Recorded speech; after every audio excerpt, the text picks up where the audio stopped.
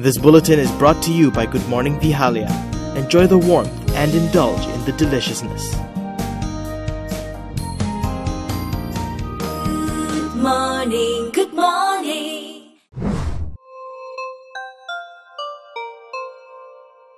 Hello ladies and gentlemen, many of us can relate to asking our bosses for a pay raise.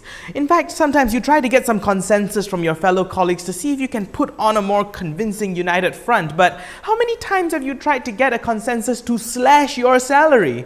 If you're a member of the newly formed Pakatan Harapan Federal Cabinet, you're probably one of those people. In today's cabinet meeting, Prime Minister Dr. Mahathir Mohamad tells us that they have agreed upon something in the name of their new government's austerity measures. Jemaah Menteri bersetuju supaya gaji jemaah menteri dipotong 10%.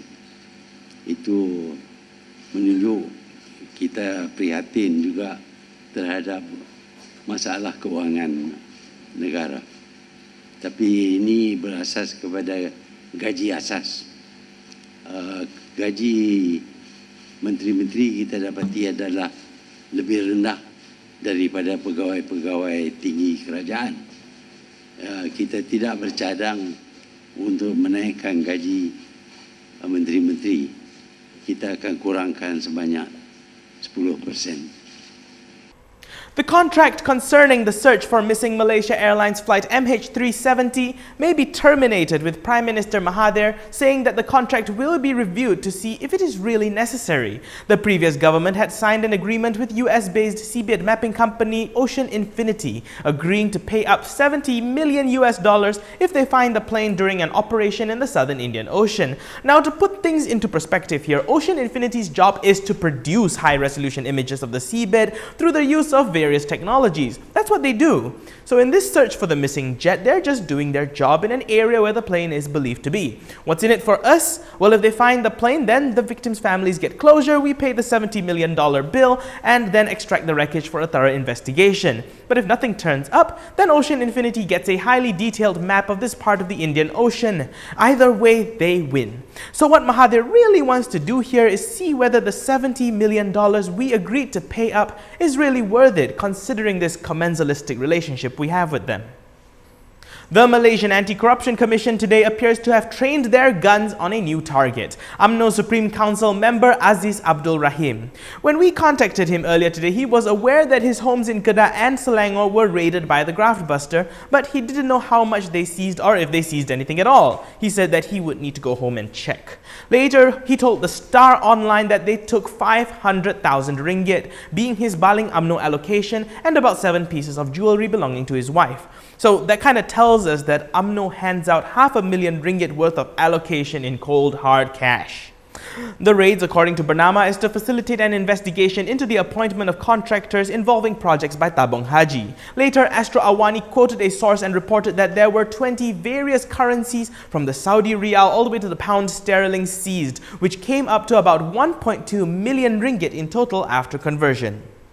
Now we go back to the cabinet meeting this morning. Prime Minister Mahathir also announced the dissolution of 5 government agencies: the National Council of Professors, the Federal Village Development and Safety Committees or JKKKP, the Prime Minister's Department's Performance and Delivery Unit or PEMANDU, the Land Public Transport Commission SPAC, and the Special Affairs Department cum Propaganda Factory JASA.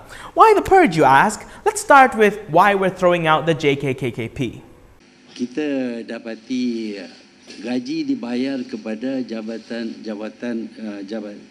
kuasa kemajuan kampung yang sebenarnya menjadi seolah-olah satu kerajaan tambahan di negeri-negeri yang bukan dimiliki oleh kerajaan. Jadi itu semua akan digugurkan. JKKP sekarang ini akan digugurkan kerana dia banyak berunsur politik dan bukan untuk pentadbiran. Tetapi sebaliknya, kita sudah ada pegawai-pegawai kerajaan yang boleh menjalankan tugas itu, dan kita tidak akan ganti bayaran kepada JKKP ini kerana kita tidak ingin amalkan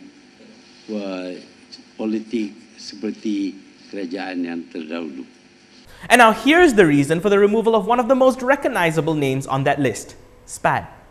SPAD tidak akan dikekalkan, SPAD. Sebaliknya dia tugas-tugas ini kembali kepada Ministry of Transport. Malaysia's first multi-grains brand. The champion is Good Morning.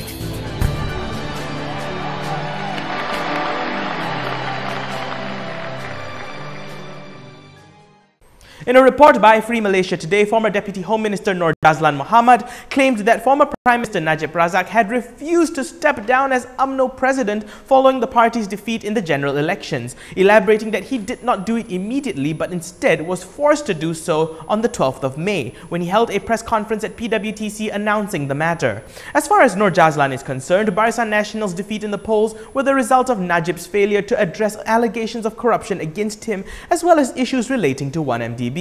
This was his response to Najib's recent remark that BN leaders should have spoken up earlier if there was a problem with his leadership. Well, Najib, I hate to break it to you, but people did speak up. And then Parti Pribumi Bersatu Malaysia happened.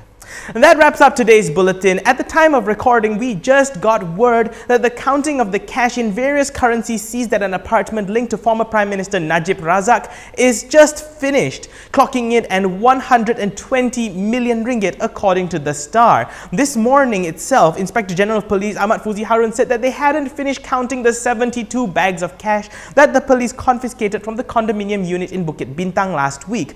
Bear in mind that the Bukit Aman Commercial Crime Investigation Department, which was the group conducting the seizure, seized a money counting machine from the property as well while they were at it. So despite having a machine with their disposal, they took so long to finish counting it. That's a lot of money, 120 million ringgit. What would you buy with that kind of cash? Let me know in the comments. Do subscribe to KiniTV on YouTube and Facebook. Remember, all our videos are free to watch. I'm Daniel Anthony. Thank you for watching.